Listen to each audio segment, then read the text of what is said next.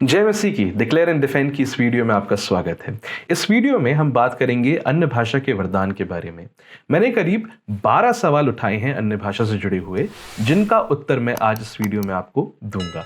आशा करता हूं कि ये वीडियो आपको बरकत देगी और आशीष देगी और आप और हम खुदाम के कलाम से सीख पाएंगे। आइए सबसे पहले सवाल की ओर चलते हैं। सबसे पहला सवाल है, अगर कोई अन्य भाषा में बात नहीं करता तो क्या उसके पास पवित्र आत्मा नहीं है? बहुत महत्वपूर्ण सवाल है। और वह लोग जो अन्य भाषा में बात नहीं करते अक्सर ये सोचते हैं, या कई बार जब वो और लोगों को अन्य भाषा में बात करता हुआ देखते हैं तो उनके अंदर ये विचार आता है कि अगर हम बात नहीं करते अन्य भाषा में तो क्या इसका मतलब ये है कि हमारे पास पवित्र आत्मा नहीं है? तो मेरे प्रियो, खुदावंद के कलाम से इसका सरल और स्पष्ट उत्तर ये है कि ऐसा बिल्कुल नहीं है। अगर आप अन्य भाषा में बात नहीं करते, इसका मतलब ये नहीं है कि आपके अंदर परमेश्वर का आत्मा नहीं है। मैं आपको खुदावंद के कलाम की ओर ले जाना चाहूंगा और चाहता हूं कि आप मेरे साथ निकालें पहला कुरिन्थियों उसका 12वां अध्याय और उसकी 3री आयत। उसमें लिखा हुआ है कि इसलिए मैं तुम्हें चेतावनी देता हूं कि जो कोई परमेश्वर की आत्मा की अगुवाई से बोलता है वह नहीं कहता कि यीशु श्रापित है, और ना कोई पवित्र आत्मा के बिना कह सकता है कि यीशु प्रभु है। क्या लिखा हुआ है?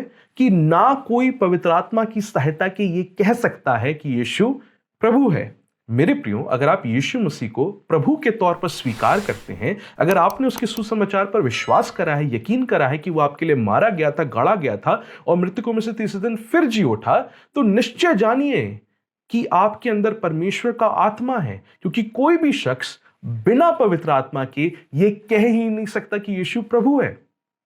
अगर आप यीशु को प्रभु कहकर स्वीकार करते हैं तो निश्चय जानिए ये केवल पवित्र आत्मा के द्वारा ही संभव हो पाया है।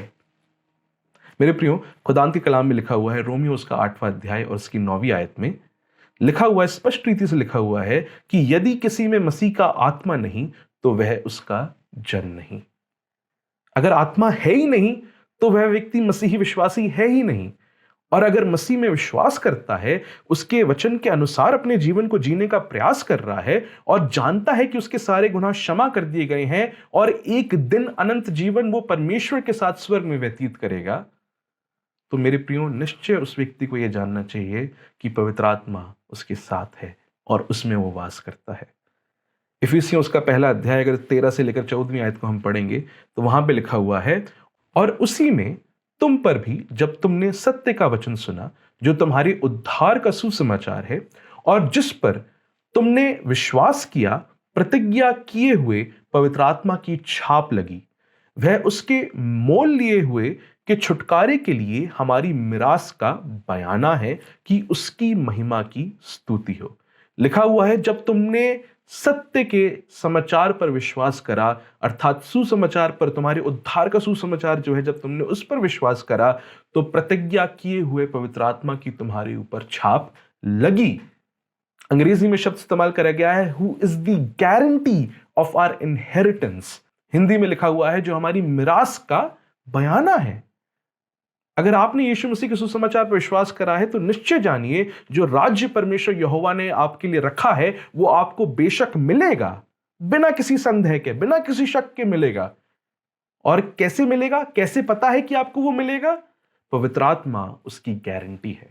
अगर आपने मसीह के सुसमाचार पर विश्वास करा है, आपके उद्धार के संदेश पर विश्वास करा है, तो निश्चय जानिए इफिसियों उसके पहले अध्याय 13 से लेकर 14वीं आयत के अनुसार पवित्र आत्मा की छाप आपके ऊपर लगी है।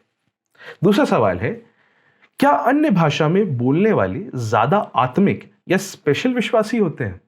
मेरे प्रियो, अभी जिन आयतों को हमने पढ़ा उससे मैं आशा करता हूं कि यह बात स्पष्ट हो गई होगी कि ऐसा बिल्कुल नहीं है।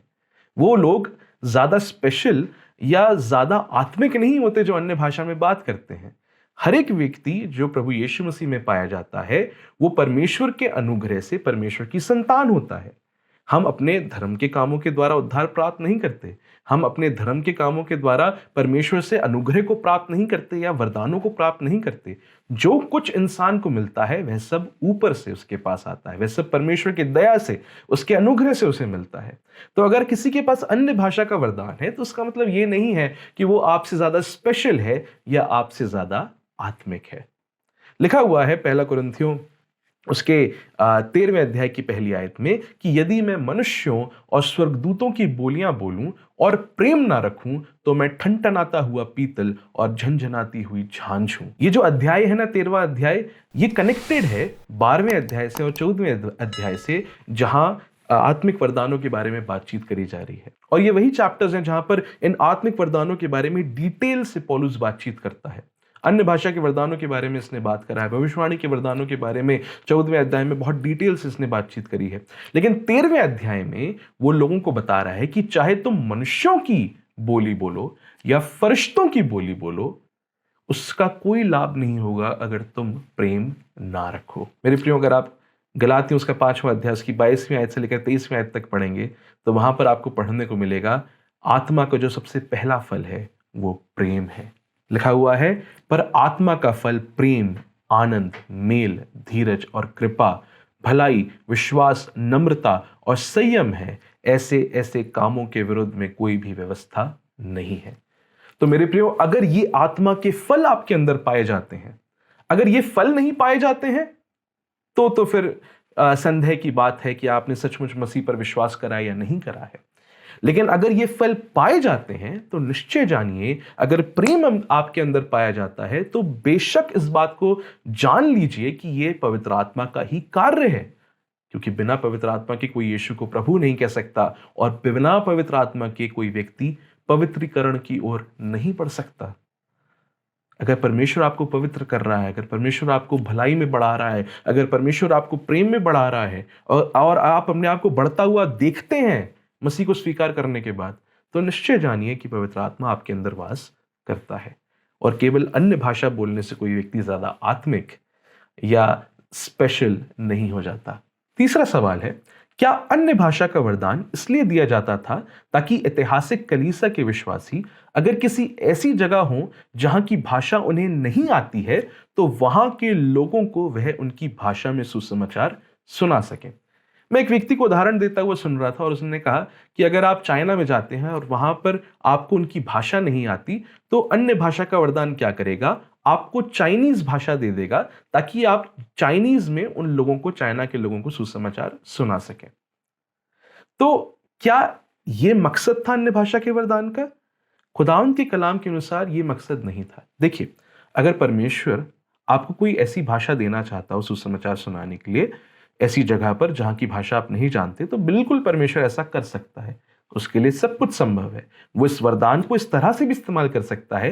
लेकिन मेरे प्रियो, परमेश्वर के वचन में हम अन्य भाषा को इस रीति से इस्तेमाल होता हुआ नहीं देखते हैं। अन्य भाषा का वरदान अलग अलग भाषाओं में सुसमाचार प्रचार करने के लिए नहीं दिया गया था। सबसे पहले जिक्र की ओर आपका मैं ध्यान ले जाना चाहूंगा जहां पर हम अन्य भाषा के इस वरदान को आता हुआ देखते हैं, और वो जिक्र हमको मिलता है प्रेरितों के काम उसका 2वां अध्याय, उसकी 1 से लेकर 4 आयत आपके सामने पढ़ूंगा। और इसी 2 अध्याय में उस घटना का सबसे पहला जिक्र हमको देखने को मिलता है। लिखा हुआ है, जब पेंतकुस्त का दिन आया तो वे सब एक जगह इकट्ठा थे। किस जगह इकट्ठा थे? एक जगह। वह सब कौन है? वह विश्वासी, वह चेले जो प्रभु यीशु मसीह के पीछे चलते हैं, जो प्रतिज्ञा किए हुए पवित्र आत्मा का इंतजार कर रहे हैं। यीशु ने कहा था, यरूशलेम में रहना, मैं आत्मा भेजूंगा, तुम सामर्थ पाओगे और धरती के छोर तक मेरे गवाह ठहरोगे। तो ये लोग एक जगह पर इकट्ठा हैं पेंतकुस्त के दिन। और लिखा हुआ है, एकाएक आकाश से बड़ी आंधी की सी सनसनाहट का शब्द हुआ और उससे सारा घर जहां वे बैठे थे गूंज उठा। ये लोग एक घर में इकट्ठा हैं। फिर से मैं इस चीज पर एम्फेसिस देना चाहता हूं, आगे आप चल के देखेंगे कि मैं इस पर एम्फेसिस क्यों दे रहा हूं। 3 आयत में लिखा हुआ है, और उन्हें आग की सी जीभें फटती हुई दिखाई दी और उनमें से हर एक पर आ ठहरी, और वे सब पवित्र आत्मा से भर गए, और जिस प्रकार आत्मा ने उन्हें बोलने की सामर्थ दी वह अन्य अन्य भाषा बोलने लगे। ये सबसे पहला जिक्र हमको मिलता है पवित्र आत्मा के प्रगटीकरण का अन्य भाषा के वरदान के रूप में। आत्मा है जो उनको अन्य अन्य भाषा बोलने का ये जो वरदान है वो दे रहा है। यहां पर आप देख रहे हैं कि ये सारी घटना जो है वो एक घर के अंदर हो रही है। ये लोग जो अन्य भाषा में बातचीत कर रहे हैं, अब इस घर से बाहर निकलकर और लोगों के पास जाकर अन्य भाषा में बात करते हुए सुसमाचार नहीं सुना रहे हैं। ये लोग उसी घर के अंदर हैं जहां पर अभी पवित्र आत्मा उतरा है इनके ऊपर, और ये लोग अन्य भाषा में बोलना इन्होंने शुरू कर दिया है। अब होता यह है कि वह यहूदी जो यरूशलेम में बसे हुए हैं, जो अलग अलग जगहों से आए हैं, यहूदी और यहूदी धर्म को मानने वाले या उसके मत में जो शामिल हो चुके हैं, वो लोग यरूशलेम में आकर रह रहे हैं। अब वह लोग जब इनको अन्य भाषा में बोलता हुआ सुनते हैं, इसकी आवाज को सुनते हैं, तो ये लोग सारे लोग एक जगह पर आकर इकट्ठा हो जाते हैं जहां पर इनको ये लोग बोलता हुआ सुन सकते थे। ये सारे यहूदी अलग अलग जगहों से आए थे। कोई पार्थिया का था तो कोई मिस्र का, कोई मेसोपोटामिया का था तो कोई लिबिया देश का था। लेकिन वो सब अपनी अपनी भाषा में इन लोगों को बोलता हुआ सुन रहे थे। पर गौर करने की बात यह है कि वचन ये नहीं कहता कि इन लोगों के पास जाकर चेले उनकी भाषा में उनसे बात कर रहे थे या उनको सुसमाचार सुना रहे थे। ऐसा परमेश्वर का वचन नहीं कहता है, बल्कि वो एक जगह पर इकट्ठा थे और ये लोग उन्हें बोलते हुए सुन रहे थे। और क्या बोलते हुए सुन रहे थे? 11वीं आयत में लिखा हुआ है, परमेश्वर के बड़े बड़े कामों की चर्चा। पवित्र आत्मा से भरकर ये चेले अन्य अन्य भाषाओं में परमेश्वर की बड़ाई कर रहे थे। अभी तक सुसमाचार नहीं सुनाया गया था, लेकिन ये जो घटना थी ये अवसर बनती है कि अब पतरस खड़ा हो और इन सारे लोगों को जो वहां पर इकट्ठा हो गए हैं उन्हें एक भाषा में परमेश्वर का सुसमाचार सुना सके। अब देखिए, एक अकेला पतरस खड़ा होता है और ऐसा नहीं लिखा हुआ है कि ये एक अकेला पतरस इन सब लोगों की भाषा एक ही वक्त पर बोलकर इनको सुसमाचार सुना रहा है। ऐसा नहीं लिखा हुआ है। ऐसा भी नहीं लिखा हुआ है कि ये अन्य भाषा में इनको सुसमाचार सुना रहा है। इन लोगों ने देखा कि ये लोग परमेश्वर के बड़े बड़े कामों की चर्चा कर रहे हैं इस एक जगह पर इकट्ठा होते हुए। फिर इनमें से कुछ ठट्टा उड़ाने लगे कि ये तो मदिरा पिए हुए हैं, ये तो शराब पिए हुए हैं। और फिर पतरस खड़ा होता है, इन लोगों को एड्रेस करता है।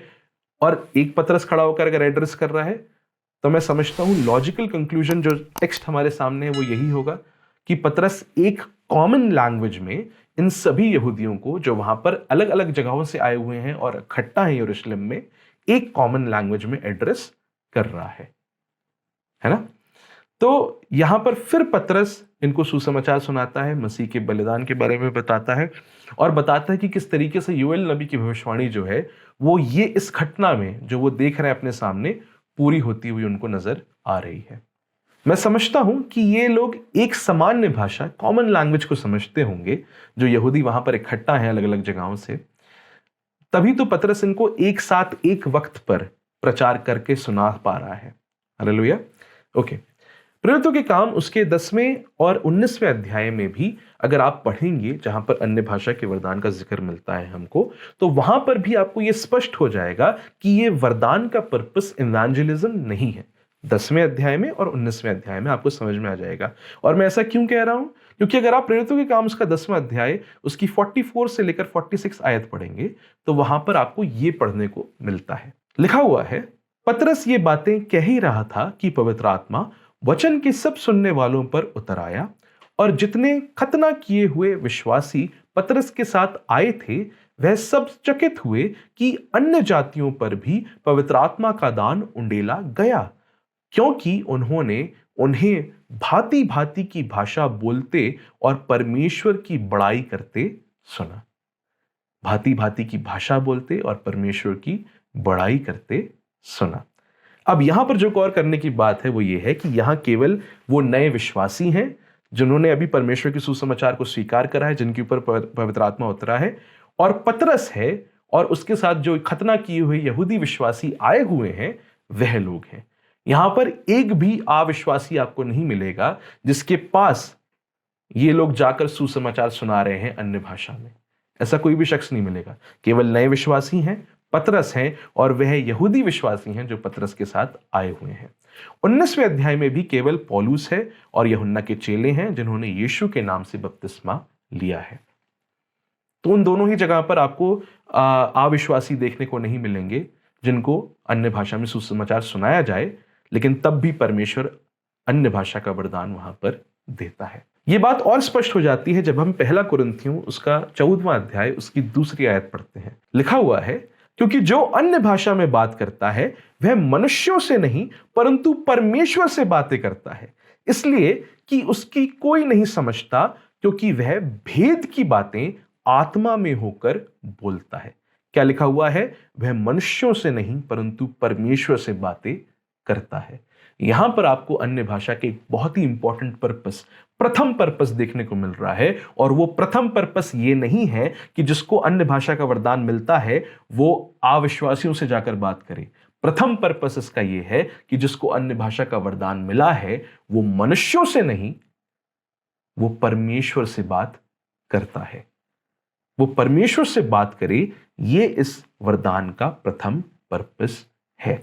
फिर चौथा सवाल हमारे सामने आता है कि इस गिफ्ट का फिर आखिरकार पर्पस क्या है, इसका इस्तेमाल क्या है, इसका यूज क्या है।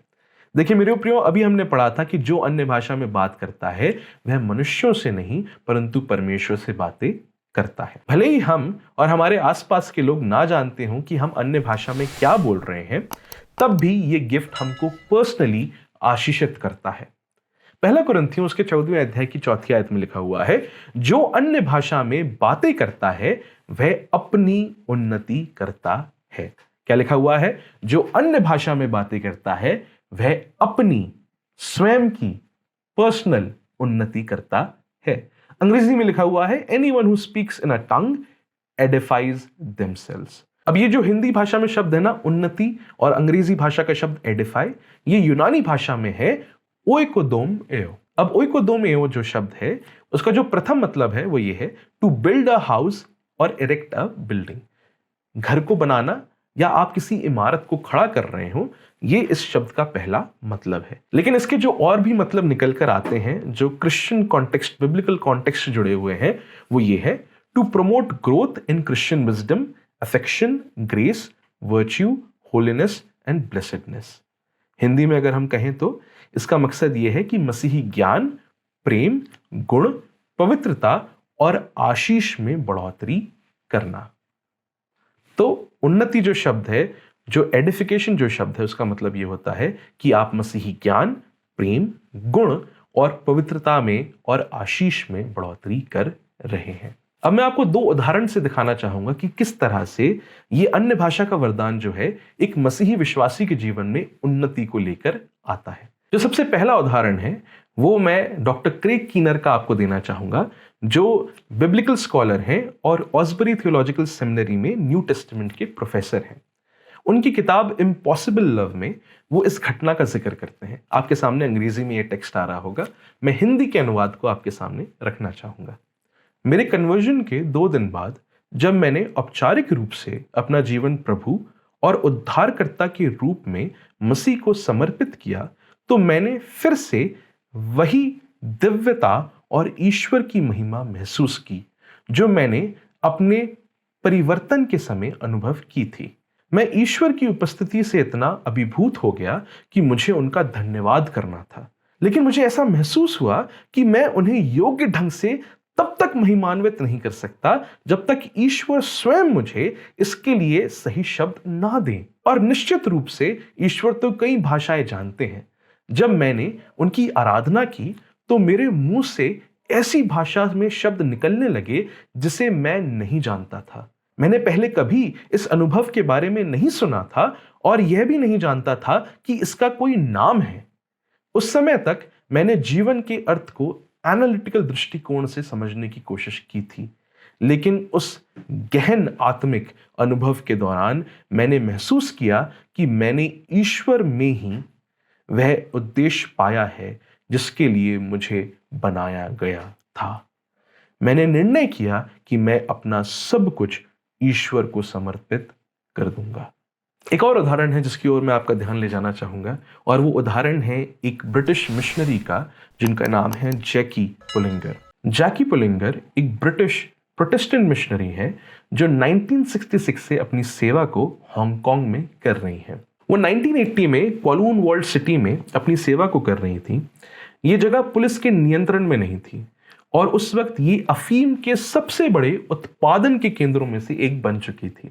इस जगह चाइनीज क्रिमिनल ट्रायड गैंग्स का कब्जा था और जैकी ऐसे गैंगस्टर्स के बीच में प्रभु की सेवा को वो कर रही थी। वह अपनी किताब चेजिंग द ड्रैगन में बताती हैं कि एक दिन उनके पास आहटोंग नाम का एक गैंगस्टर आता है और कहता है कि उसे ड्रग्स की लत से छुटकारा चाहिए।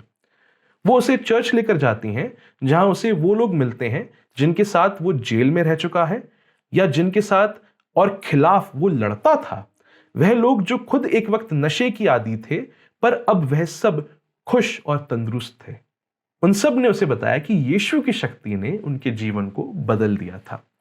आटोंग ने उनसे उत्साहित होकर यीशु को स्वीकार किया और वह प्रार्थना करने लगा। वह लिखती हैं, आटोंग को ऐसी भाषा में बोलने का वरदान मिला था जिसे उसने कभी सीखा नहीं था और उसे प्रार्थना करना बहुत सहज लगने लगा। उसके चेहरे पर खुशी झलक रही थी और जब वह अपने बंक बेड पर जाकर लेटा तो उसके दिल में शांति बढ़ती गई। हम सब उसके साथ शामिल हुए और तब तक उसके पास बैठे रहे जब तक वह गहरी नींद में नहीं सो गया। अब अगर आप एडिक्ट्स के बारे में जानते हो तो आपको यह पता होना चाहिए कि बिना मेडिकेशन के अगर कोई एडिक्ट कोशिश कर रहा है कि हेरोइन की लत से या ड्रग्स की लत से बाहर आ जाए तो उसके शरीर में बहुत ही ज्यादा तड़पन या बहुत ही ज्यादा दर्द का अनुभव होता है और कुछ इंसिडेंट्स में उस व्यक्ति की डेथ भी हो सकती है, उस व्यक्ति की मृत्यु भी हो सकती है अगर मेडिसिन के बिना वो अपने आप को उसकी लत से, उन ड्रग्स की लत से छुटकारा पाने की कोशिश कर रहा हो। पर वो लिखती हैं, हमने उसे कोई दवाई नहीं दी, यहां तक कि एस्पिरिन भी नहीं। हमने उसे हेरोइन छुड़ाने में मदद के लिए सिगरेट तक नहीं दी। हर बार जब उसे हल्का दर्द महसूस होता तो वह फिर से प्रार्थना में लग जाता और अपनी नई भाषा का उपयोग करता। उसका यह कठिन समय बिना किसी दर्द के बीत गया, ना उल्टी, ना मरोड़, ना दस्त, ना ही कपकपी। इस चमत्कार के साथ आटोंग ने एक नई जिंदगी की शुरुआत की। हालेलुया।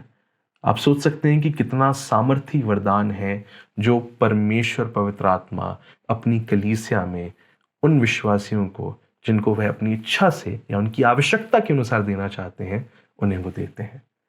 और कितना सामर्थ्य के साथ ये जो वरदान है ये कार्य करता है और आत्मिक उन्नति को करता है।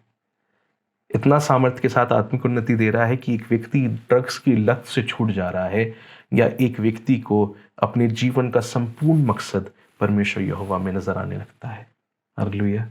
तो मेरे प्रियो, ये है इस वरदान का इस्तेमाल, ये है इस वरदान का पर्पस जो परमेश्वर ने अपने कलाम में आपको और हमको बताया है। चलिए अब 5वें सवाल की ओर बढ़ते हैं और 5वां सवाल ये है कि क्या अन्य भाषा में बात करने वाले को पता होता है कि वह क्या बोल रहा है? और मेरी प्रिय, उसका सरल सा उत्तर है कि उसे नहीं पता होता कि वह क्या बोल रहा है। पहला कुरिन्थियों उसके 14वें अध्याय की 14वीं आयत में लिखा हुआ है, इसलिए यदि मैं अन्य भाषा में प्रार्थना करूं तो मेरी आत्मा प्रार्थना करती है परंतु मेरी बुद्धि काम नहीं देती। मेरी आत्मा प्रार्थना करती है पर मेरी बुद्धि काम नहीं देती। पहला कुरिन्थियों उसके 14वें अध्याय की 13वीं आयत में लिखा हुआ है, इस कारण जो अन्य भाषा बोले तो वह प्रार्थना करे कि उसका अनुवाद भी कर सके। कहने का मतलब यह है कि जो अन्य भाषा को अनुवाद करने का वरदान है वो एक अलग वरदान है और अन्य भाषा में बोलने का वरदान जो है वो एक अलग वरदान है। और अगर कोई अन्य भाषा में बात करता है तो उसे स्वयं नहीं पता होता कि वो क्या बोल रहा है। पर मेरे प्रियो, उसका मतलब ये नहीं है कि अगर आपके पास अनुवाद करने का वरदान ना हो तो आप अन्य भाषा में बोल ही नहीं सकते। इसका बिल्कुल ये मतलब नहीं है। अनुवाद तब जरूरी होता है जब आप पब्लिकली चर्च गैदरिंग में उसका इस्तेमाल कर रहे हो, अन्य भाषा के वरदान का इस्तेमाल कर रहे हो। पहला कुरिन्थियों उसके 14वें अध्याय की 26 से लेकर 28 आयत में कुछ यूं लिखा हुआ है, इसलिए हे भाइयों, क्या करना चाहिए?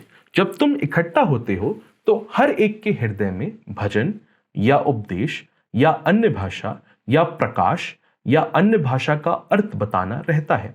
सब कुछ आत्मिक उन्नति के लिए होना चाहिए। यदि अन्य भाषा में बातें करनी हो तो 2-2 या बहुत हो तो 3-3 जन बारी बारी बोलें और एक व्यक्ति अनुवाद करे। परंतु यदि अनुवाद करने वाला ना हो तो अन्य भाषा बोलने वाला कलीसिया में शांत रहे और अपने मन से और परमेश्वर से बातें करे। यहां पर यह बताया जा रहा है कि अगर कोई ऐसा शख्स वहां पर मौजूद नहीं है जिसके पास अन्य भाषा का अनुवाद करने का वरदान हो तो पब्लिकली आप अन्य भाषा को नहीं बोलिए। आप पर्सनली उस गिफ्ट को इस्तेमाल करिए, इस तरह से इस्तेमाल करिए कि आसपास के लोग उसको ना सुने। आप पर्सनली अपने मन से और परमेश्वर से उस गिफ्ट का इस्तेमाल करते हुए बातचीत करिए। पहला कुरिन्थियों उसके 14वें अध्याय की 14वीं आयत से लेकर 19वीं आयत में यूं लिखा हुआ है, इसलिए यदि मैं अन्य भाषा में प्रार्थना करूं तो मेरी आत्मा प्रार्थना करती है परंतु मेरी बुद्धि काम नहीं देती। यानी पौलुस ये कहना चाहता है कि ऐसा वक्त आता है उसके जीवन में जब वो अन्य भाषा में बात करता है और उसकी आत्मा प्रार्थना कर रही होती है पर वो अपनी बुद्धि में उस चीज को नहीं समझ पाता। सो क्या करना चाहिए? मैं आत्मा से भी प्रार्थना करूंगा और बुद्धि से भी प्रार्थना करूंगा। मैं आत्मा से गाऊंगा और बुद्धि से भी गाऊंगा। उसके कहने का अर्थ यह है कि मैं अन्य भाषा का भी इस्तेमाल करूंगा, यदि मुझे समझ में नहीं आ रहा है तो भी मैं पर्सनली अन्य भाषा का इस्तेमाल करूंगा, पर जब मैं पब्लिकली कलीसिया में आता हूं तब मैं वहां पर अपनी बुद्धि का इस्तेमाल करके ज्ञान की बातें कलीसिया के साथ बांटूंगा। मैं अन्य भाषा में भी आराधना करूंगा परमेश्वर की, और मैं अपनी बुद्धि से ऐसे शब्दों में जिनको कलीसिया के सब लोग समझ सकते हैं उसमें भी मैं आराधना करूंगा। 16वीं आयत में लिखा हुआ है, नहीं तो यदि तू आत्मा से ही धन्यवाद करेगा तो फिर अज्ञानी तेरे धन्यवाद पर आमीन क्यों कर कहेगा, इसलिए कि वह तो नहीं जानता कि तू क्या कहता है। 17वीं आयत में लिखा हुआ है, तू तो भली भांति से धन्यवाद करता है परंतु दूसरे की उन्नति नहीं होती। यहां पर पौलुस ये कह रहा है कि जब तुम अन्य भाषा में बात कर रहे हो, यद्यपि तुम नहीं समझ पा रहे हो तो भी तुम भली भांति धन्यवाद कर रहे हो, लेकिन दूसरा व्यक्ति जो तुम्हें नहीं समझ पाता बिल्कुल भी, वो उसकी उन्नति उससे बिल्कुल नहीं होती। 18वीं आयत में लिखा हुआ है, मैं अपने परमेश्वर का धन्यवाद करता हूं कि मैं तुम सबसे अधिक अन्य अन्य भाषा में बोलता हूं। 19वीं आयत में फिर पौलुस कहता है, परंतु कलीसिया में अन्य भाषा में 10,000 बातें कहने से यह मुझे और भी अच्छा जान पड़ता है कि औरों के सिखाने के लिए बुद्धि से 5 ही बातें कहूं।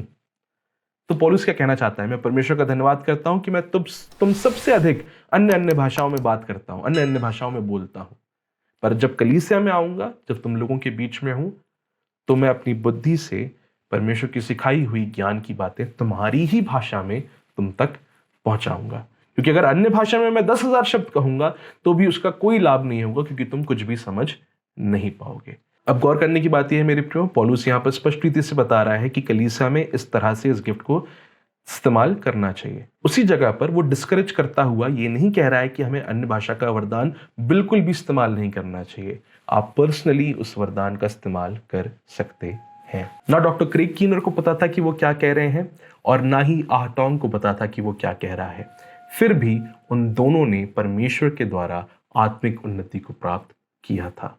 अब छठे सवाल की ओर बढ़ते हैं, और छठा सवाल यह है कि क्या हर बार अन्य भाषा में बोलने वाले को जो सुनता है उसे पता होता है कि बोलने वाला क्या बोल रहा है?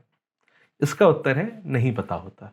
देखिए, जब सबसे पहली बार यह वरदान परमेश्वर ने दिया था तब हम देखते हैं कि ऐसे लोग इर्द गिर्द इकट्ठा थे जो उन भाषाओं को जानते थे, लेकिन ऐसा करने के पीछे परमेश्वर की इच्छा यह थी कि वह यहूदी जो यरूशलेम में आकर बसे हुए हैं वो ये देख पाए कि वह भविष्यवाणी जो योएल नबी ने करी थी आत्मा के उंडेले जाने की, वह इस घटना में जो वो अपनी आंखों के सामने देख रहे हैं मसीह विश्वासियों के बीच पूरी होती है, और वह उसके प्रगटीकरण को मसीहों में इस रीति से देख सकते हैं। पर अन्य भाषा बोलते वक्त हर बार ऐसे लोग इर्द गिर्द नहीं होंगे, आसपास नहीं होंगे जो उस भाषा को जानते हों या उस भाषा को समझते हों। यह भाषा दूसरों को जिब्रिश ही सुनाई देगी या बिना किसी मतलब की सुनाई पड़ेगी अगर उनके पास अन्य भाषा को अनुवाद करने का वरदान नहीं है, या अगर वो उस भाषा को नहीं जानते होंगे। वह तो यही सोचेंगे कि कोई पागल है जो बड़बड़ा रहा है, कोई व्यक्ति है जो जिब्रिश बोल रहा है, बिना किसी मतलब की भाषा बोल रहा है। उनको तो यही समझ में आएगा अगर उनके पास अनुवाद करने का वरदान नहीं है या वो स्वयं उस पर्टिकुलर भाषा को नहीं जानते होंगे। तो तभी पौलुस कहता है कि अन्य भाषा में पूरी कलीसिया को अविश्वासियों के सामने प्रार्थना नहीं करनी चाहिए। कहां लिखा हुआ है? पहला कुरिन्थियों उसका 14वां अध्याय इसकी 23 आयत में लिखा हुआ है, सो यदि कलीसिया एक जगह इकट्ठा हो और सब के सब अन्य अन्य भाषा बोलें और अनपढ़ या अविश्वासी लोग भीतर आ जाएं, तो क्या वे तुम्हें पागल ना कहेंगे? इस चीज से स्पष्ट रीति से पता चलता है कि हर बार ऐसे लोग आपके इर्द गिर्द नहीं होंगे जो अन्य भाषा को समझते हो। और इसलिए इस वीडियो के माध्यम से हम आप सभी लोगों को जो अपनी वीडियोस को अपलोड करते हैं यूट्यूब के ऊपर, ये विनती करना चाहते हैं, निवेदन करना चाहते हैं कि अगर आप अन्य भाषा बोलते हुए अपनी वीडियो को अपलोड कर रहे हैं तो उसके साथ अगर आप अनुवाद को शामिल नहीं करते हैं तो कृपया उस भाषा को ना बोलें वीडियो में, क्योंकि अन्य भाषा में बोलना सबसे पहली चीज तो विश्वासियों की मंडली में होना चाहिए, जहां पर कोई अविश्वासी या अनपढ़ आकर उसे ना सुने, क्योंकि अविश्वासी और अनपढ़ व्यक्ति को नहीं पता होगा कि आप क्या बोल रहे हैं। उसको तो वो जिब्रिश ही सुनाई देगा, उसको तो वो पागलपन ही लगेगा और मसीह का नाम जो है उससे खराब होगा। तो मेरे प्रियो, इसका प्रयास करें, इसकी कोशिश करें कि आप कलीसिया में ही इस चीज को बोलें, पर्सनल रखें, इसकी वीडियोस को अलग अलग जगहों पर अपलोड ना करें। और अगर आप कलीसिया में भी बोलते हैं तो तब बोलें जब अनुवाद इसका आपके पास हो, या अगर आपने बोल दिया है तो फिर कोई और ऐसा शख्स हो जो उसका अनुवाद कर सके, जैसा कि वचन हमको बताता है। अन्यथा इसको मंडली में सबके सामने इस्तेमाल ना करें, और खासकर इंटरनेट पे इसको बोलते हुए अपनी वीडियोस को अपलोड ना करें। ये हमारा निवेदन है आपसे, ये हमारी विनती है आपसे। आइए 7वें सवाल की ओर बढ़ते हैं, और 7वां सवाल ये है कि अन्य भाषा मनुष्यों की भाषा होती है या फरिश्तों की। देखिए मेरे प्रियो, प्रेरितों के काम उसके दूसरे अध्याय से ये बात तो स्पष्ट है कि परमेश्वर इस धरती की बहुत सी भाषाओं में से कोई भाषा आपको अन्य भाषा के तौर पर दे सकता है, इंसानों की भाषा दे सकता है जो इंसान इस धरती पर बोलते हैं। बहुत से इंसान हैं, कई सारी भाषाएं हैं, कई सारी पुरानी भाषाएं हैं, नई भाषाएं हैं जो परमेश्वर आपको अन्य भाषा के तौर पर दे सकते हैं। ये बात तो परमेश्वर के कलाम के अनुसार स्पष्ट है। लेकिन मैं दोनों चीजों की पॉसिबिलिटीज को लेकर चलता हूं। क्यों लेकर चलता हूं? क्योंकि पहला कुरिन्थियों उसके 13वें अध्याय की पहली आयत में लिखा हुआ है, यदि मैं मनुष्यों और स्वर्गदूतों की बोलियां बोलूं। यहां पर इन दोनों चीजों का इस्तेमाल करा गया है, और ये जो अध्याय आता है ना, 13वां अध्याय, ये उसी कॉन्टेक्स्ट में दिया गया है, वरदानों के कॉन्टेक्स्ट में दिया गया है और अन्य भाषा के डिस्कशन के बीच में दिया गया है। इसलिए ये बहुत इंपॉर्टेंट बन जाता है बोलना कि यहां पर पौलुस दोनों बातें कह रहा है, यदि मैं मनुष्यों की बोली बोलूं या फरिश्तों की बोली बोलूं। तो बिल्कुल ये संभावना को मैं लेकर चल सकता हूं कि फरिश्तों की एक अपनी भाषा हो सकती है जिनमें वो बात करते होंगे, और उनकी भाषाओं को भी परमेश्वर अन्य भाषा के तौर पर हम इंसानों को दे सकता है। तो ये दोनों ही पॉसिबिलिटीज मैं लेकर चलता हूं। आइए 8वें सवाल की ओर बढ़ते हैं। 8वां सवाल है, एक विश्वासी को कैसे पता कि वो पवित्र आत्मा की दी हुई भाषा में बात कर रहा है और शैतान की दी हुई में नहीं कर रहा है? देखिए, कोई कहेगा कि आपको तो नहीं पता कि आप क्या बोल रहे हैं या किस भाषा में बात कर रहे हैं।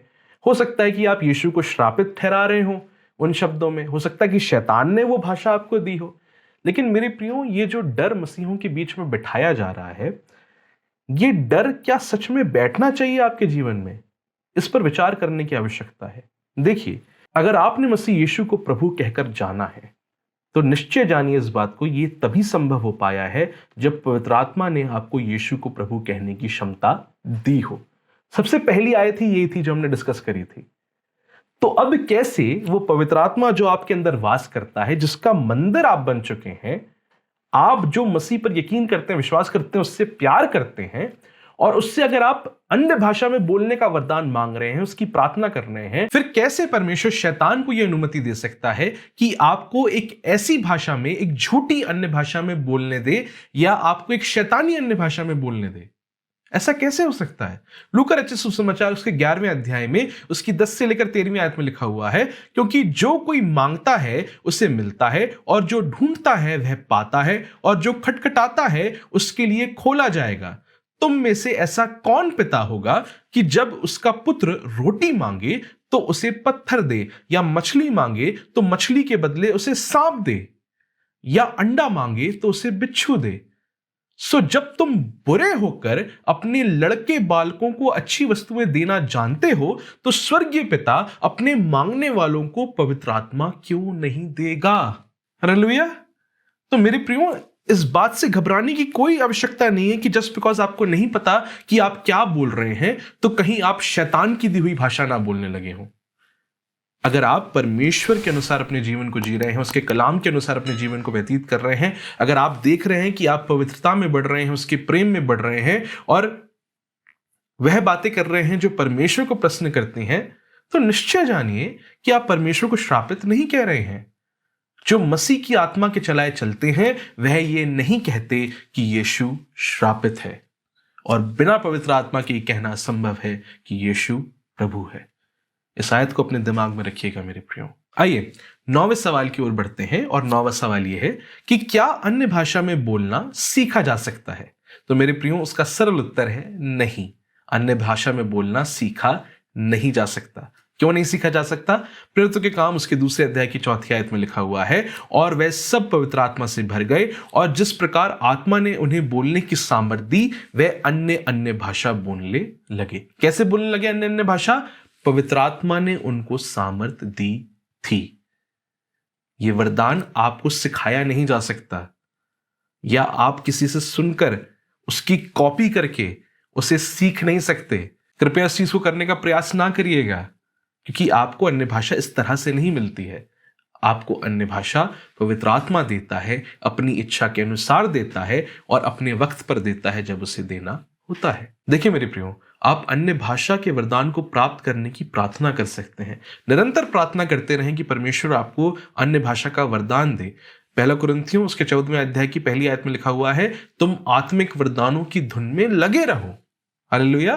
तो आप निरंतर मांगते रहें परमेश्वर से, प्रार्थना करते रहें कि परमेश्वर आपको अन्य भाषा में बोलने का वरदान दे। प्रार्थना में बैठे, उपवास के साथ बैठे। पर मेरे प्रियो, आप किसी से सीख नहीं सकते इस भाषा को। ये कहना कि आप सीख सकते हैं बिल्कुल गलत होगा। और अगर कोई सिखा रहा है कि मेरी कॉपी करो, जैसे मैं बोल रहा हूं वैसे तुम बोलो, तो वो चीज भी बिल्कुल गलत है। आइए मेरे प्रियो, 10वें सवाल की ओर बढ़ते हैं। और 10वां सवाल यह है कि क्या हर एक विश्वासी को अन्य भाषा में बोलने का वरदान मिलता है? और इसका भी उत्तर सरल है, बिल्कुल नहीं। हर विश्वासी को अन्य भाषा में बोलने का वरदान नहीं मिलता। 1 कुरिन्थियों उसका 12वां अध्याय उसकी 11वीं आयत में पौलुस वरदानों के बारे में बात करते हुए कहता है, परंतु ये सब प्रभावशाली कार्य वही एक आत्मा करवाता है, और जिसे जो चाहता है वह बांट देता है। और जिसे जो चाहता है वह बांट देता है। ये प्रभावशाली काम, ये वरदान पवित्र आत्मा देता है, और जिसको जो वरदान वो देना चाहता है उसे वह अपनी इच्छा के अनुसार बांट देता है। इसका सरल मतलब यह है कि हर एक शख्स के पास हर एक वरदान नहीं होगा। हर कोई शख्स क्या कलीसिया में पासबान होता है? बिल्कुल नहीं। और इसी चीज को पौलुस फिर 28 आयत में कहता है, और परमेश्वर ने कलीसिया में अलग अलग व्यक्ति नियुक्त किए हैं, प्रथम प्रेरित, दूसरे भविष्यवक्ता, तीसरे शिक्षक, फिर सामर्थ के काम करने वाले, फिर चंगा करने वाले, और उपकार करने वाले, और प्रधान, और नाना प्रकार की भाषा बोलने वाले। फिर 29 में लिखा हुआ है, क्या सब प्रेरित हैं? क्या सब भविष्यवक्ता हैं? क्या सब उपदेशक हैं? क्या सब सामर्थ के काम करने वाले हैं? क्या सबको चंगा करने का वरदान मिला है? क्या सब नाना प्रकार की भाषा बोलते हैं? क्या सब अनुवाद करते हैं? तुम बड़े से बड़े वरदानों की धुन में रहो। कहने का अर्थ यह है कि सब ऐसा नहीं करते। सब चंगाई के वरदान में इस्तेमाल नहीं होते। आप हर एक वरदान के लिए प्रार्थना कर सकते हैं, हर एक आत्मिक वरदान की धुन में लगे रह सकते हैं, और परमेश्वर अगर चाहे तो आपको वो सारे वरदान दे सकता है। पर हर किसी को सारे वरदान नहीं मिलते। ये बात एकदम स्पष्ट है और एकदम सच्ची है। आइए मेरे प्रियो, 11वें सवाल की ओर बढ़ते हैं। और 11वां सवाल है, जो अन्य भाषा में परमेश्वर से बात करता है वह असल में क्या कर रहा होता है? जो अन्य भाषा में लोग बात करते हैं, जब परमेश्वर से बात कर रहे होते हैं, तो असल में क्या कर रहे होते हैं वो लोग? तो मेरे प्रियो, प्रेरितों के काम उसका 2 अध्याय उसकी 11वीं आयत, और 1 कुरिन्थियों 14वें अध्याय उसकी 16 से लेकर 17वीं आयत के अनुसार, हो सकता है वह अन्य भाषा में परमेश्वर के महान कामों की चर्चा कर रहे हो, या उसका धन्यवाद कर रहे हो, उसकी बढ़ाई कर रहे हो, उसकी महिमा कर रहे हो, या परमेश्वर यहोवा का धन्यवाद कर रहे हो। ये हो सकता है। या 1 कुरिन्थियों उसके 14वें अध्याय की 14वीं आयत के अनुसार वह अन्य भाषा में परमेश्वर से प्रार्थना कर रहे हो। तो ये दोनों ही चीजें सच्ची हो सकती हैं। अब देखिए, कुछ लोग जो हैं वो ये सोचते हैं कि अन्य भाषा में अगर हम बात करते हैं तो शैतान हमारी प्रार्थनाओं को नहीं सुन सकता। मुझे लगता है कि ऐसा क्यों ही सोचते हैं वो लोग कि शैतान प्रार्थनाओं को अगर सुन लेगा, तो अगर परमेश्वर की इच्छा होगी उनको पूरा करना, तो क्या परमेश्वर की इच्छा के विरुद्ध जाकर शैतान उस प्रार्थना के पूरे होने को रोक देगा? बिल्कुल नहीं। देखिए, प्रार्थना का सुना जाना इस बात पर निर्भर नहीं करता कि आप अन्य भाषा में प्रार्थना कर रहे हो या अपनी नॉर्मल भाषा में आप प्रार्थना कर रहे हो। प्रार्थना का सुना जाना इस बात पर निर्भर करता है कि परमेश्वर की इच्छा है उसे पूरा करना या नहीं है। अगर आप अन्य भाषा में प्रार्थना कर रहे हैं तो बिल्कुल इसका कोई ना कोई मकसद होगा कि पवित्र आत्मा क्यों आपको अन्य भाषा में प्रार्थना करवा रहा है। पर इसका अर्थ ये नहीं है कि अगर कोई व्यक्ति सरल भाषा में प्रार्थना करता है तो उसकी प्रार्थनाएं कम जल्दी सुनी जाएंगी। ऐसा बिल्कुल नहीं है। हालेलुया। अगर आप सरल भाषा में भी प्रार्थना करते हैं, अपनी भाषा में भी प्रार्थना करते हैं, तो आपकी प्रार्थनाएं सुनी जाएंगी, क्योंकि सुनने वाला परमेश्वर यहोवा है और उसकी युक्ति को कोई भी शख्स, कोई भी शैतान, कोई भी फरिश्ता नहीं रोक सकता पूरा होने से। हालेलुया। आइए मेरे प्रियो 12वें सवाल की ओर बढ़ते हैं, और 12वां सवाल जो है वो ये है कि क्या ये नहीं लिखा कि अन्य भाषा का वरदान एक दिन चला जाएगा? हाँ मेरे प्रियो, बिल्कुल लिखा है कि एक दिन अन्य भाषा का वरदान चला जाएगा। और कुछ लोग इस आयत का इस्तेमाल करके ये कहते हैं कि आज के वक्त परमेश्वर जो है वो अन्य भाषा का वरदान नहीं देता है, क्योंकि पवित्र शास्त्र पूरा हो चुका है, इसलिए परमेश्वर को आवश्यकता नहीं है कि भविष्यवाणी का वरदान दे या अन्य भाषा में बोलने का वरदान दे। ऐसा कुछ लोग कहते हैं, और उन लोगों को थियोलॉजिकली कहा जाता है सेसेशनिस्ट। लेकिन मेरे प्रियो, ऐसे भी लोग हैं जिनको हम बोलते हैं कंटिन्यूएशनिस्ट, जो ये यकीन करते हैं, विश्वास करते हैं कि आज भी परमेश्वर यहोवा पवित्र आत्मा के इन वरदानों को अपनी कलीसिया में देते हैं, क्योंकि कलीसिया को आज भी इन वरदानों की आवश्यकता है। देखिए मेरे प्रियो, एक वक्त था जब मैं खुद एक सेसेशनिस्ट था, लेकिन मैंने परमेश्वर के कलाम को देखा, पढ़ा, परमेश्वर के दासों को सुना, देखा कि परमेश्वर का कलाम असल में क्या कहता है इन वरदानों के बारे में, और मैं इस कंक्लूजन पर पहुंचा खुद कि हाँ, परमेश्वर आज भी अपनी कलीसिया को ये आत्मिक वरदान देता है। और मैं आज आपसे एक कंटिन्यूएशनिस्ट के तौर पर इस वीडियो के माध्यम से बातचीत कर रहा हूं। मेरे प्रियो, हाँ लिखा हुआ है कि एक दिन ये वरदान जो है वो चला जाएगा। आइए उस अध्याय, उन आयतों की ओर चलते हैं जहां पर लिखा हुआ है कि ये वरदान जो है वो रुक जाएंगे, और उसी अध्याय से, उन्हीं आयतों से हमको पता चलेगा कि वह आखिरकार कौन सा दिन है जब ये वरदान जो है, अन्य भाषा का वरदान, भविष्यवाणी का वरदान, ज्ञान का वरदान, ये थम जाएगा, बुद्धि का वरदान ये थम जाएगा। ये कौन सा दिन है आखिरकार?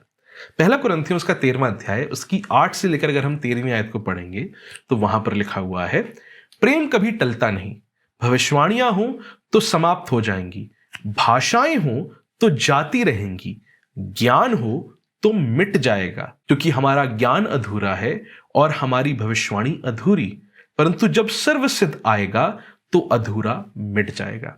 अब बहुत से लोग ये कोशिश करते हैं कि ये जो लिखा हुआ है ना शब्द सर्वसिद्ध, इसको कहें कि ये पवित्र शास्त्र के पूरे होने की बात हो रही है असल में।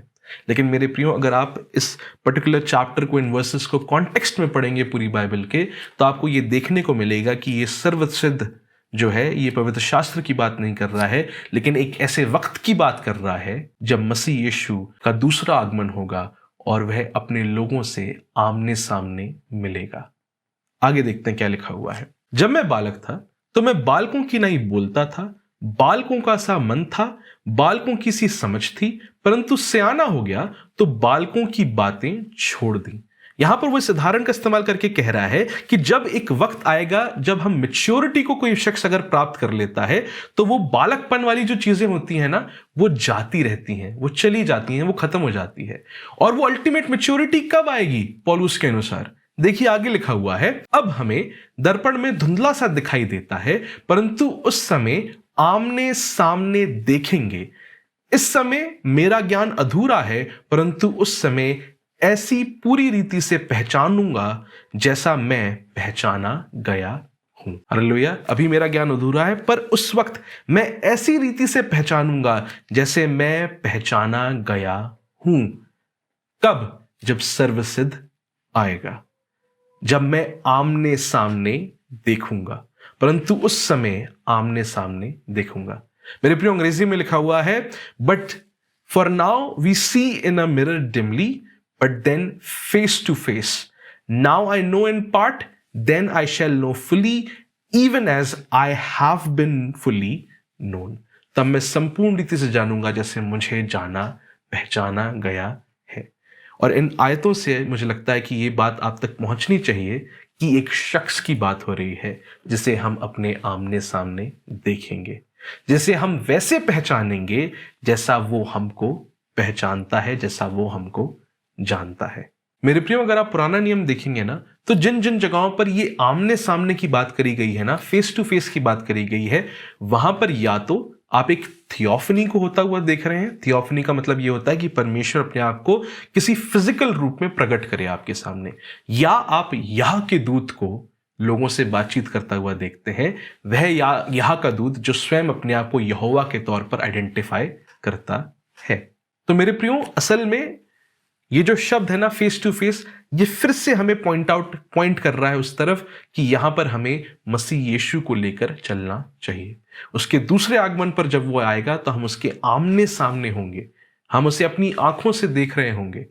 और आपकी स्क्रीन पर नीचे अभी आप देख पा रहे होंगे कि वो आयतें पुराने नियम की फ्लैश हो रही होंगी, जहां पर फेस टू फेस का जिक्र आपको मिल जाएगा, आमने सामने का जिक्र मिल जाएगा, जहां पर उन थियोफनीज के बारे में आप पढ़ सकते हैं और यहाँ के दूत के बारे में पढ़ सकते हैं जब वो लोगों के सामने प्रकट होता था।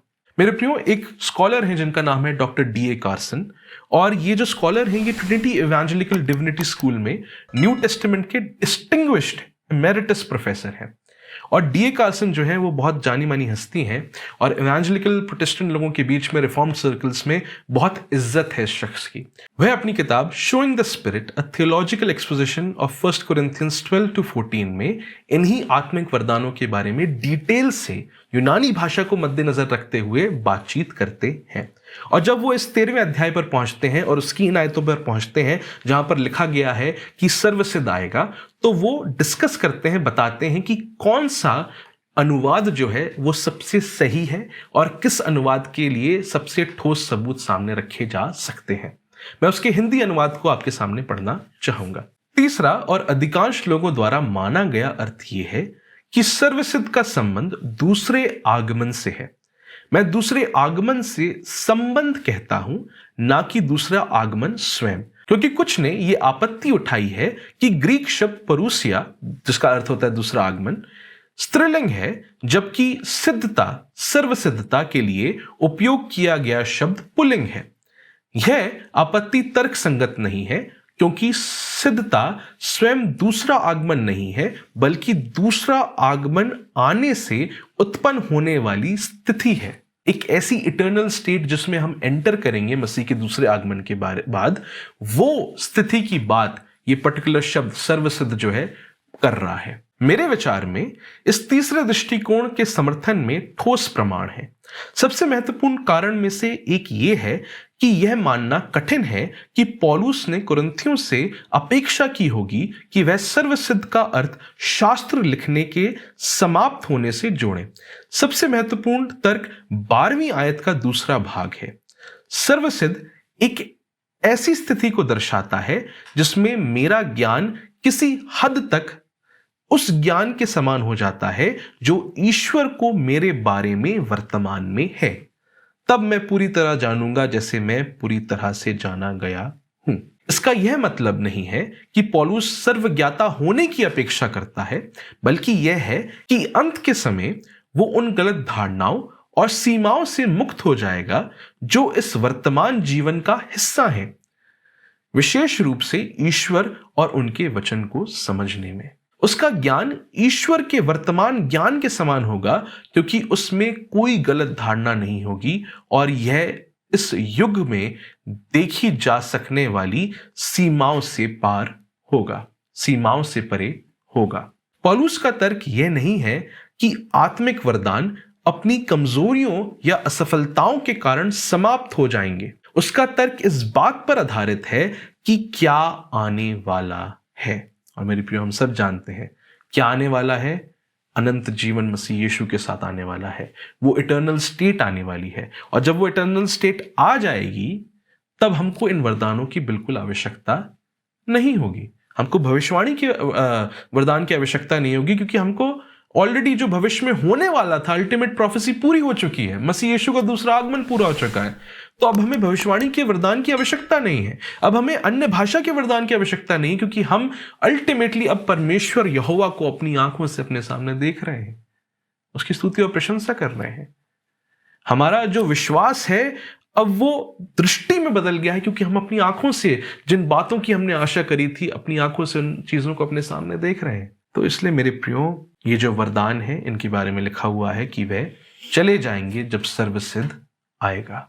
Doctor D.A. कार्सन भी इन आयतों के ऊपर कमेंट करते हुए लिखते हैं, तब जब सर्वसिद्ध आएगा हम आमने सामने देखेंगे, यह वाक्य सेप्ट्यूजेंट में एक दिव्य दर्शन थियोफनी का संकेत है और लगभग निश्चित रूप से दूसरे आगमन से उत्पन्न होने वाली नई स्थिति को संकेत करता है।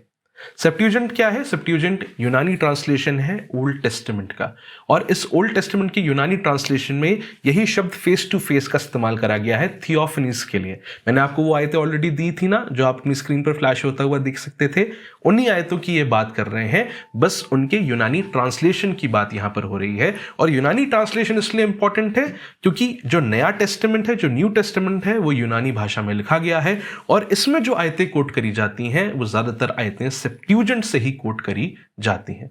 तो यहां पर जब फेस टू फेस की बात हो रही है तो उन्हीं सारी पुराने नियम की आयतों की तरफ इशारा किया जा रहा है जहां पर आमने सामने लोग ईश्वर को अपने देख सकते थे। मेरे प्रियो, एक आखिरी आर्ग्यूमेंट आपके सामने और रखना चाहूंगा कि क्यों ये जो सर्वसिद्ध है ये असल में पवित्र शास्त्र के पूरा होने की बात नहीं कर रहा है।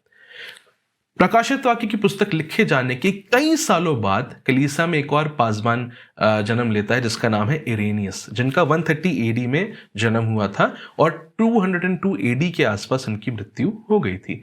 ये ऐतिहासिक कलीसिया के एक अपॉलोजिस्ट के तौर पर देखे जाते हैं। वह शख्स जो विश्वास का रखवाला है, वह शख्स जो विश्वास का डिफेंस में अपने आर्ग्यूमेंट्स को आगे रखता है। और ये शख्स अपनी किताब अगेंस्ट हेरेसीज बुक 5 चैप्टर 6 और उसकी पहली आयत में कुछ इस तरह से कहते हैं। वो लिखते हैं, इसी कारण प्रेरित ने कहा, हम सिद्ध लोगों के बीच ज्ञान की बातें करते हैं, और सिद्ध उन लोगों को कहा जिन्होंने परमेश्वर का आत्मा प्राप्त किया और जो परमेश्वर की आत्मा के द्वारा सभी भाषाओं में बोलते हैं, जैसे कि उन्होंने स्वयं भी किया। इसी प्रकार हम चर्च में कई भाइयों को सुनते हैं जिनके पास भविष्यवाणी के वरदान हैं और जो आत्मा के द्वारा विभिन्न भाषाओं में बोलते हैं और लोगों के लाभ के लिए छिपी हुई बातों को उजागर करते हैं। तो ये टेक्स्ट हमको पवित्र शास्त्र के पूरे होने के कई सालों बाद देखने को मिलता है इरेनियस के द्वारा, और वो बता रहा है कि उसके वक्त में तब भी चर्च हिस्ट्री में परमेश्वर जो है अन्य भाषा का वरदान और भविष्यवाणी का वरदान विश्वासियों को देता था। अंत में मैं बस एक आयत के साथ इस वीडियो को समाप्त करना चाहूंगा। पहला कुरिन्थियों उसके 14वें अध्याय उसकी 39 से लेकर 40 आयत में लिखा हुआ है, सो हे भाइयों, भविष्यवाणी करने की धुन में रहो और अन्य भाषा बोलने से मना ना करो, और अन्य भाषा बोलने से मना ना करो। 40वीं आयत में लिखा हुआ है, बस सारी बातें सभ्यता और क्रम अनुसार की जाए। मेरे प्रियो, मैं आशा करता हूं कि इस वीडियो ने आपको बरकत दी होगी, इस वीडियो ने आपको सिखाया होगा पवित्र आत्मा की सहायता से। अगर आपने बरकत पाई है इस वीडियो से तो कृपया इस वीडियो को लाइक करें और दूसरों के साथ शेयर करें। हम आपको उत्साहित करते हैं कि कृपया प्लीज कमेंट सेक्शन में जाएं और अपने विचारों को हमारे साथ बांटें। अगर आपके पास और भी सवाल हैं इस वरदान से जुड़े हुए या बाइबल से जुड़ी हुई और चीजों के, तो कृपया उन्हें कमेंट सेक्शन में लिखें। आपके सामने एक ईमेल भी फ्लैश हो रहा होगा, आप हमको ईमेल करके उन सवालों को भेज सकते हैं। हमें बहुत खुशी होगी कि हम उन सवालों को एड्रेस करें। परमेश्वर आप सबको बरकत दे, परमेश्वर आप सबको आशीष दे। Praise the Lord.